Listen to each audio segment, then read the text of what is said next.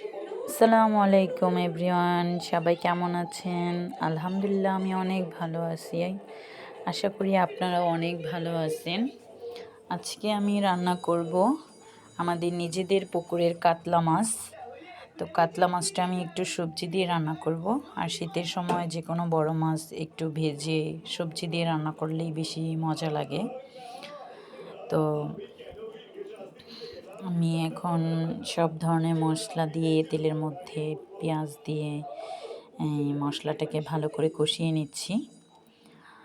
আর আমি সবসময় আমার রান্নার মধ্যে সরিষার তেল ইউজ করার চেষ্টা করি বলতে আমরা সরিষার তেলই খাই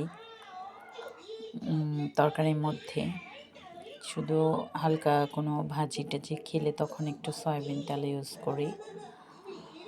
তো আমি মশলাটার মধ্যে আগে বেগুন দিয়ে দিলাম। বেগুনটা একটু ভালো করে কষিয়ে নেব।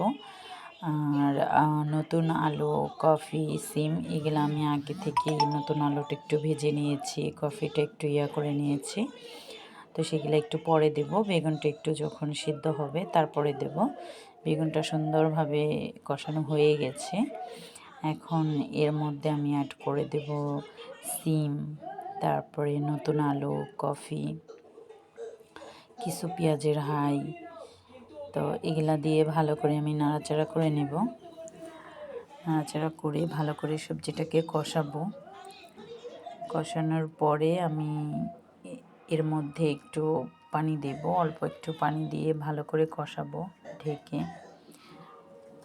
কষানোর পরে আমি আমার পরিমাণ মতো যতটুকু তরকারির মধ্যে আর কি ঝোল রাখবো, বেশি একটা ঝোল রাখবো না, তো অল্প একটু ঝোল থাকবে তরকারির মধ্যে, তো পানি দিয়ে দেব কষানো হলে। ভালো করে কষানোর পরে পানি দিয়ে দেওয়ার পরে পানিটা ভালো করে ফুটে গেলে তরকারিতে যখন নাকি বলক চলে আসবে তখন আমি ভাজা মাছগুলো দিয়ে দেব। ভাজা মাছগুলো দিয়ে এর মধ্যে আমি কিছু পেঁয়াজের মুখি বলে, পেঁয়াজের মুখি, তারপরে ধনেপাতা এগুলো অ্যাড করে দেব। এইভাবে রান্না করে খেলে দেখা যায় সবজি তো এমনিতে খাওয়া হয় না, তো বড় মাছ ভেজে এভাবে সবজি দিয়ে রান্না করে খেলে সবজিটাও খাওয়া হয়, মাছটা একটুও খাওয়া হয়। যদিও আমি আমার ছেলে মাছটা অতটা পছন্দ করি না, তবে নিজেদের পুকুরের মাছটা একটু খাই। আমি কখনো আমার দেবর বাজার করে আনে এখান থেকে চাষের মাছ, কারণ পুকুরের মাছ তো পাওয়া সম্ভব না এখানে।